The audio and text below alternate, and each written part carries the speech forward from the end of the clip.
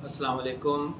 10th class जिन बच्चों का 31 जुलाई को रिज़ल्ट आउट हुआ है, आप लोगों के लिए कुछ ख़ास बातें हैं जो डिस्कस कर रहे हैं।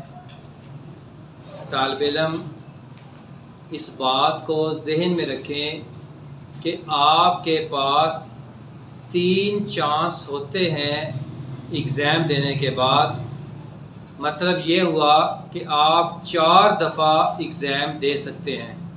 4 दफ़ा आपने एग्ज़ाम देना है। अगर आपकी सप्ली आ जाती है तो आपके पास 3 चांस हैं, और जो चौथा चांस है वो फ़र्स्ट एनुअल, जो आप फ़र्स्ट टाइम अपीयर होते हैं, उसको मिलाकर 4 चांस बनते हैं। आपकी सप्ली आती है, आप एग्ज़ाम दे सकते हैं सेकंड एनुअल में। फिर सप्ली आती है नेक्स्ट ईयर फ़र्स्ट एनुअल, फिर सप्ली आ जाए तो सेकंड एनुअल। ये 4 चांस बनते हैं। इन 4 चांसेस में आपने अपनी मैट्रिक को क्लियर करना होता है। इसके बाद आपने for example 2023 first annual exam दिया, अब आपके पास 2024 सेकंड एनुअल तक मैट्रिक क्लियर करने के लिए चांस अवेलेबल है। फिर दूसरी बात यह है कि साइंस सब्जेक्ट में आपने 50 नंबर लेने होते हैं। 50 नंबर 9th में नंबर लेने हैं आपने। केमिस्ट्री 10th में मार्क्स हैं आपका। फिर प्रैक्टिकल है। प्रैक्टिकल आपका 30 नंबर का होता है। आपने टोटल 50 मार्क्स गेन करने हैं।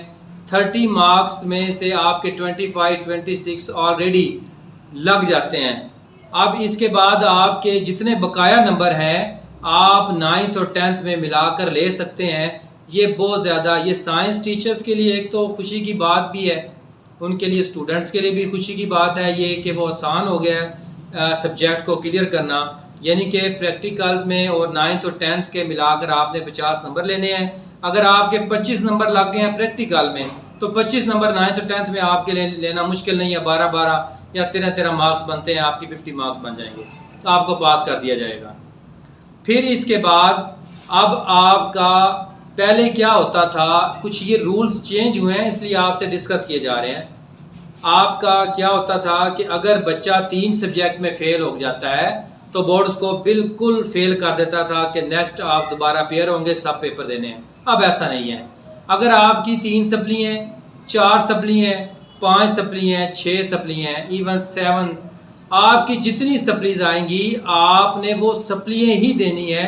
जो पेपर आपका क्लियर हो गया उसको क्लियर कंसिडर किया जाएगा। आपके पास अब चांसेस आपको बता दिए हैं, 4 चांस हैं। इन 4 चांसेस में आप बेशक 2-2, 3-3 पेपर कर कर क्लियर करते जाएं, आपके पेपर क्लियर कर दिए जाएंगे। ऐसा नहीं होगा कि आपने सारे पेपर देने हैं। अगर 3 में फेल हो गया तो फुल फेल है, नहीं, आप 3 की ही सप्ली देंगे। 4 है तो 4 की ही सप्ली देंगे। ये भी तालिब इल्मों के लिए एक बड़ी खुशी की बात है, उनके पास मौका मिल गया। बाद स्टूडेंट्स वीक होते हैं तो वो चांस ज़्यादा वेल कर अपने सब्जेक्ट को मैट्रिक को क्लियर कर सकते हैं। फिर इम्प्रूवमेंट के लिए भी एक बहुत ही अच्छी बोर्ड ने पॉलिसी बनाई है। पहले इम्प्रूवमेंट ऐसे होती थी, अगर आपका एक मैथ का पेपर है, आपने मैथ में 75 9th में नंबर ले लिए हैं और 10th क्लास में आपके नंबर थोड़े आ जाते हैं या मार्किंग अच्छी नहीं होती या आपसे पेपर अच्छा नहीं होता, तो आपने जब पहले ऐसा होता था, जब इम्प्रूवमेंट करनी होती थी तो आपने पूरा सब्जेक्ट इम्प्रूव करना होता था।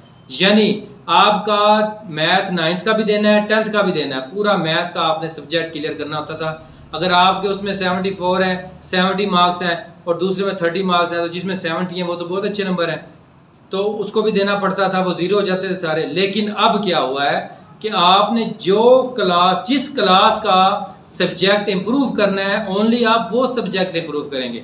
अगर मैथ में 9th में आपके नंबर आ गए 70, 10th में नंबर है 30, आप सिर्फ 10th का पेपर इम्प्रूव कर सकते हैं, 9th आप वही नंबर रहेंगे, उसको चेंज नहीं किया जाएगा। आप सिर्फ 10th के इम्प्रूवमेंट के पेपर दें, आपके वो नंबर 70 साथ जितने आप हासिल करेंगे उसको लग के आपकी सनद को जो है डिग्री को इम्प्रूव कर दिया जाएगा। ये भी तालिब इल्मों के लिए बहुत ही ज़्यादा खुशाइंद बात है। बोर्ड ने बहुत अच्छे फैसले किए हैं, ये तमाम तालिब इल्म के लिए इंतहाई खुशी की बात है। और इस बात को आप ज़हन में रखें कि आपके पास 3 चांस होते हैं फर्स्ट एनुअल को मिलाकर आपके पास 4 चांस है अपनी डिग्री को क्लियर करने के लिए। इसको अवेल करें। रिज़ल्ट पे नीचे बाकायदा मेंशन किया जाता है। ये सारी बातें आपसे डिस्कस करनी थी ताकि आप में जो परेशानी है, स्टूडेंट्स काफ़ी परेशान हैं, उनको समझ नहीं आ रही, अक्सर मुझे मैसेज करते हैं, बात करते हैं कि हमें अब क्या करना है, किस तरह करना है। ये सारी बातें मैंने आपको डिटेल से बता दी हैं। अल्लाह हाफिज़।